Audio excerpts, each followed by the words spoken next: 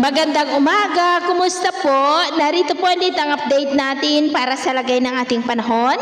Ngayong umaga po ng May 25, 2024 na kung saan si Bagyong Aghon ating binabantayan base po dito sa weather model na ating ginagamit sa nasa vicinity na po ng southern part ng Samar at kasalukuyan na po na nagdudulot ng mga malalakas na mapag-ulan na may mga pagbugso ng hangin sa malaking bahagi po ng Samar provinces, ilang bahagi ng Leyte, ilang po sa nalalabing bahagi pa ng Kabisayaan at Southern Luzon na taglay ang lakas ng hangin na umaabot na po sa 80 kilometers per hour.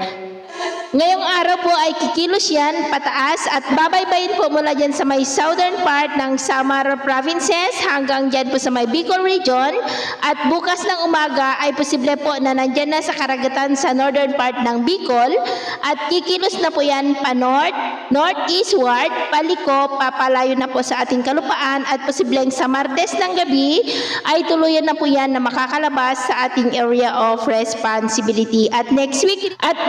rin po kasabay ng paglayo ng bagyong si Aghon ay ang unti-unti naman po na paghatak nito ng hanging habagat at posibleng ideklara na next week ang simula ng habagat season o yung rainy season po. At sa lagay ng ating panahon, daring araw ay maayos naman ang panahon sa malaking bahagi ng ating bansa, lalo na po dito sa Northern Luzon at Mindanao. Pero dahil kay bagyong Aghon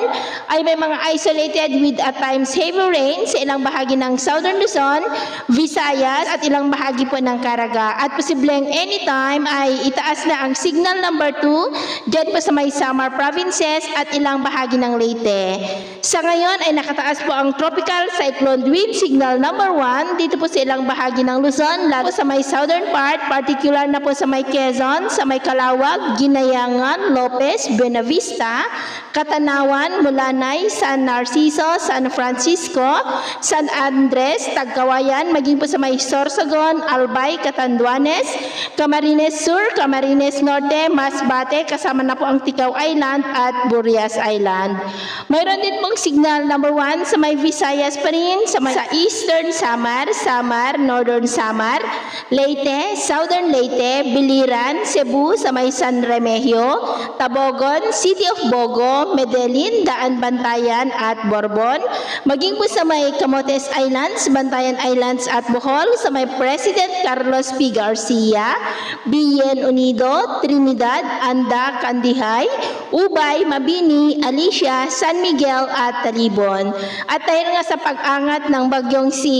Aghon ay mayroon pa rin naman signal number 1 sa may Mindanao, lalo na po dyan sa may Dinagat Island, Surigao del Norte, kasama na po ang Siargao, Bukas Grande Island, Surigao del Sur at Agusan del Sur. At sa atin naman pong mga baybayin, dahil kay bagyong Aghon ay iwasan po muna natin ang papalaot sa coastal areas ng northern at eastern seaboard ng Kabisayaan at eastern seaboard po ng Caraga dahil ang mga alon po dyan ay posibleng aabot hanggang po sa 1.5 to 3.5 meters height. So yun po ang latest update natin sa araw na ito.